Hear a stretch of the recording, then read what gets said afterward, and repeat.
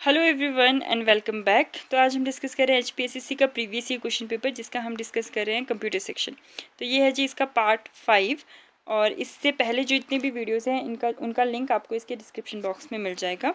Start करते हैं question number 1 के साथ। Which is a derived data type in C language that consist of different members sharing the same memory location. तो इसमें से कौन सा एक सी लैंग्वेज में एक डिराइव डेटा टाइप है जिसमें जो डिफरेंट मेम्बर्स हैं सेम मेमोरी लोकेशन को शेयर करते हैं? तो इसका ऑप्शन सी करेक्ट हो जाएगा। कौन सा? यूनियन। यूनियन में क्या होता है, इसके जो डिफरेंट डेटा टाइप्स है, डिफरेंट मेंबर्स हैं, जैसे for example int a equals to 7 दिया है, कैर जी इक्वल्स टू ए दिया है, तो वो सारे जो मेंबर्स होते हैं वो क्या कहते हैं, सेम मेमोरी लोकेशन को शेयर करते हैं।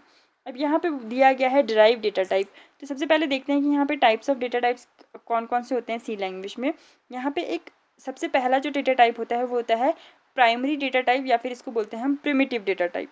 ये कौन सा डेटा टाइप होता है, जिसमें जो इसका डेटा टाइप का जो टाइप होता है, टाइप मतलब इसमें कौन सा टाइप का डेटा स्टोर होगा, प्लस जो इसका साइज होता है वो क्या होता है, फिक्स होता है। कौन कौन से आते हैं इसमें?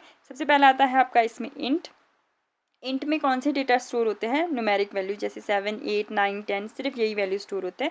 अगर आपको 7.8 फ्लोट वैल्यू स्टोर करवाना है, डेसिमल वैल्यू स्टोर करवाना है, तो आप क्या यूज़ करोगे वहाँ पे? फ्लोट। जो नंबर्स इंट एंड फ्लोट में स्टोर नहीं होते हैं, क्योंकि इनका एक फिक्स साइज़ होता है, अगर उस साइज़ से बड़ा कुछ स्टोर करवाना है तो आप यहाँ पे यूज़ करते हो डबल। उसके अलावा अगर आपको सिंगल कैरेक्टर यूज़ करना है तो आप कैर यूज़ करते हो, और एक और प्रिमिटिव डेटा टाइप होता है आपके पास, क्या? वॉइड। ठीक है, तो ये कौन से डेटा टाइप्स हैं आपके पास? Primitive data types. दूसरे हैं आपके पास कौन से? Derive data types. उसका एग्जाम्पल कौन कौन से हैं? Structure, pointer, union and array. ये कौन से डेटा टाइप्स हैं आपके पास? Derive data types. एरे क्या होता है? एरे में क्या होता है आपके पास? Array is a collection of homogeneous data type. Homogeneous data type का मतलब क्या होता है कि एरे के अंदर जो भी डेटा स्टोर होगा वो सेम टाइप के होने चाहिए। मतलब अगर इंटीजर है तो वो सारे ही इंटीजर होंगे, अगर वो कैरेक्टर है तो वो सारे ही क्या होंगे? कैरेक्टर होंगे। ऐसा नहीं हो सकता कि एक इंटीजर है और एक कैरेक्टर है। डन। स्ट्रक्चर क्या है? एडवांस पार्ट है किसका? एरे का। एरे में होमोजीनियस होता है, मतलब सेम टाइप के डेटा स्टोर होते हैं। स्ट्रक्चर में होमोजीनियस नहीं होता, आप डिफरेंट टाइप के डेटा क्या कर सकते हो? स्टोर कर सकते हो।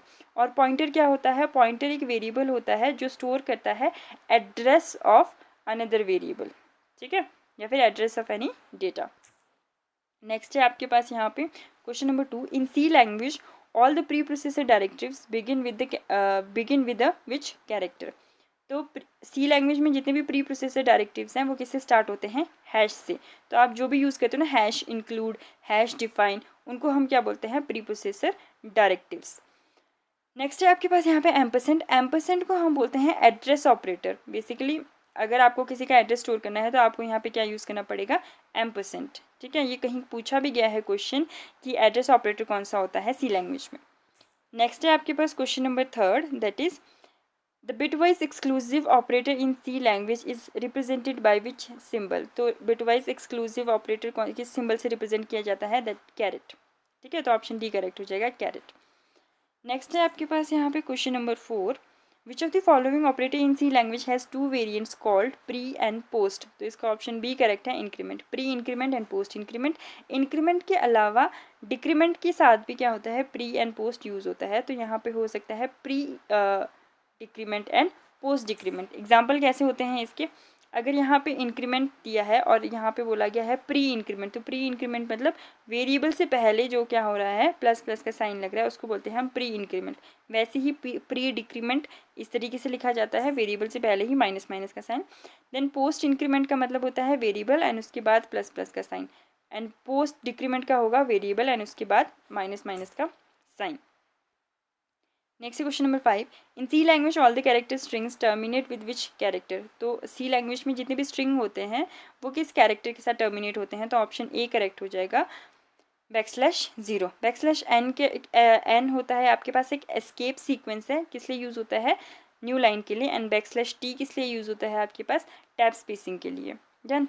एक क्वेश्चन ये भी पूछा गया है प्रीवियस ईयर क्वेश्चन पेपर में कि एस्केप सीक्वेंसिंग के लिए क्या यूज़ होता है, इनमें से कौन सा सिंबल यूज़ होता है? तो \। ठीक है, ये याद रखना है।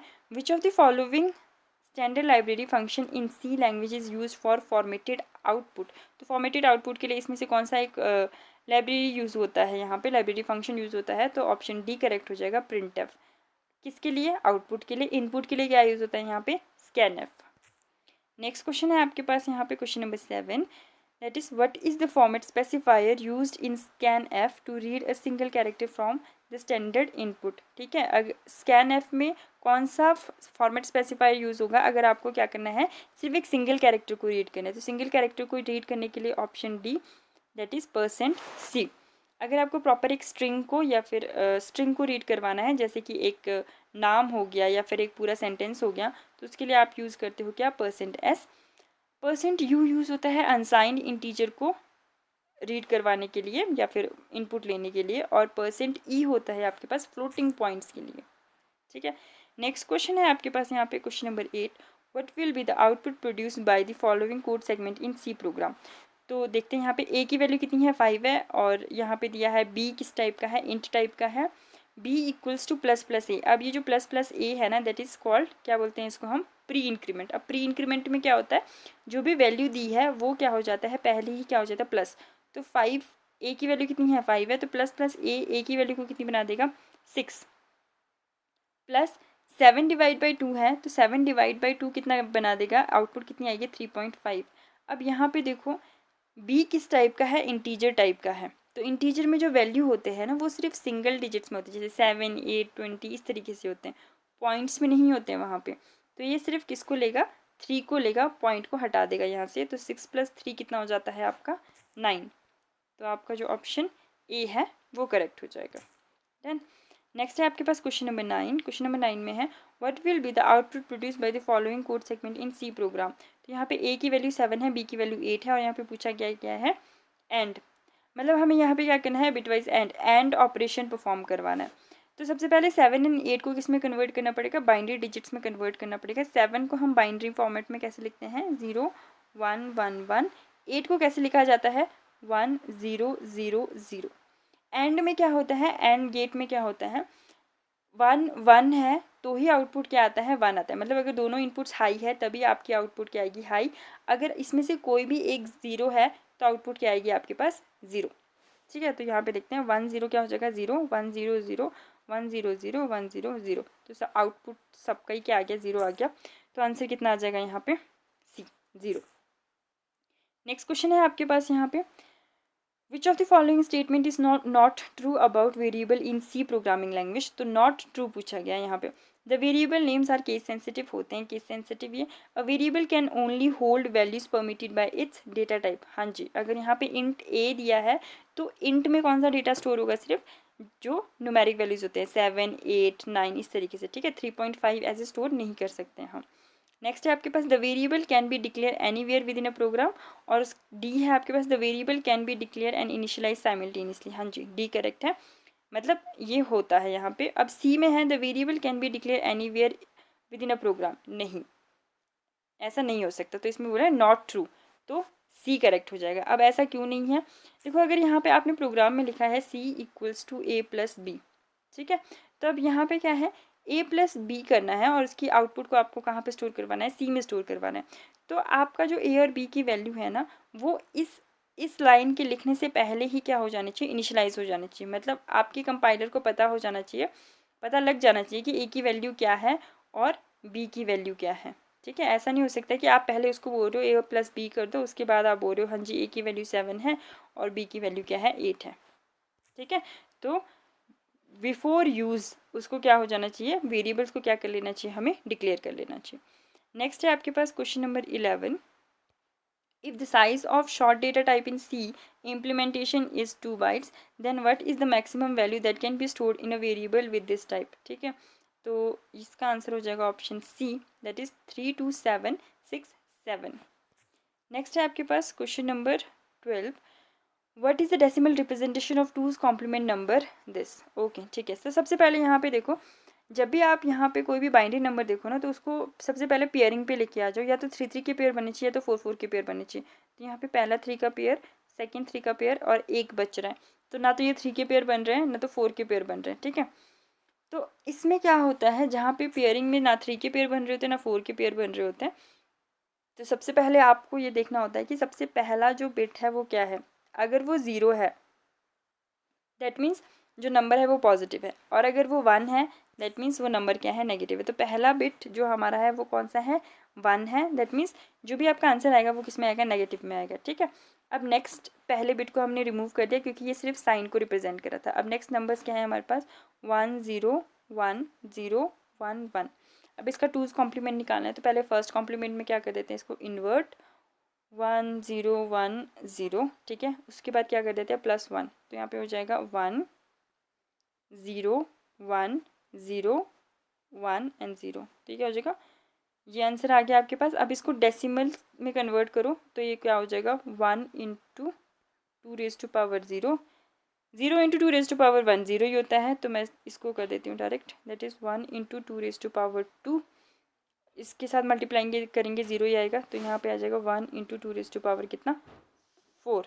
तो आंसर आ जाएगा आपके पास क्या, 16 + 2⁻4, 16 + 2⁻2 4 + 1 = कितना आ जाएगा आपके पास, 21। और साइन क्या था आपके पास यहाँ पे, नेगेटिव का, तो यहाँ पे आ जाएगा -21। डन। नेक्स्ट क्वेश्चन पूछा गया, how many bits are use for fractional part in IEEE floating point single precision representation. तो IEEE के floating point single precision representation के फ्रैक्शनल पार्ट के लिए कितने बिट्स यूज होते हैं, तो यहाँ पे हो जाएगा ऑप्शन सी 23। ये क्वेश्चन बहुत बार पूछा गया है, आप इसको रट ही लो। नेक्स्ट है आपके पास यहाँ पे question number 14, that is which generation of programming language make use of compiler and interpreter. तो जिस जनरेशन में आपके प्रोग्राम्स इंट्रोड्यूस हुए होंगे उसी जनरेशन में आपका कंपाइलर एंड इंटरप्रेटर भी यूज़ हुआ होगा, तो ऑप्शन सी हो जाएगा, 3rd जनरेशन। देन नेक्स्ट है आपके पास, what is the full form of DHCP with respect to the computer networking. तो DHCP की फुल फॉर्म क्या होती है, डायनामिक होस्ट कॉन्फ़िगरेशन प्रोटोकॉल। इसमें से कहीं पे भी नहीं है, तो ये क्वेश्चन क्या हो चुका है, स्क्रैप हो चुका है। अब डायनामिक होस्ट कॉन्फ़िगरेशन प्रोटोकॉल करता क्या है आपके पास, ये IP एड्रेसेस प्रोवाइड करवाता है, ठीक है। तो IP एड्रेसेस कौन एलोकेट करवाता है आपके पास DHCP प्लस जितने भी प्रोटोकॉल्स हैं वो आपको पता होना चाहिए कि OSI रेफरेंस मॉडल के कौन से लेयर पे काम करते हैं। कल हमने इसके लेयर्स पढ़े थे कि कितने लेयर्स होते हैं, 7 लेयर्स होते हैं। डन। और जो सबसे टॉप का लेयर होता है वो कौन सा है, 7th लेयर कौन सा है, एप्लीकेशन लेयर, और लास्ट लेयर कौन सा है, physical layer, first. Done. Numbering के साथ आपको पता होना चाहिए कि कौन से नंबर पे कौन सा लेयर आता है। जो आपका ये DHCP है, ये वाला प्रोटोकॉल कौन से लेयर पे काम करता है, ये काम करता है आपके एप्लीकेशन लेयर पे। जितने भी प्रोटोकॉल्स है वो हम पढ़ते जाएंगे कि कौन से लेयर पे काम करता है। DHCP कहाँ पे करता है, 7th लेयर पे, कौन सा है, एप्लीकेशन लेयर, और काम क्या होता है इसका, IP एड्रेसेस को एलोकेट करवाना। Done. That's all for today. मिलते हैं नेक्स्ट वीडियो में कल with more questions. Till then, do like, share and subscribe. Thank you for watching.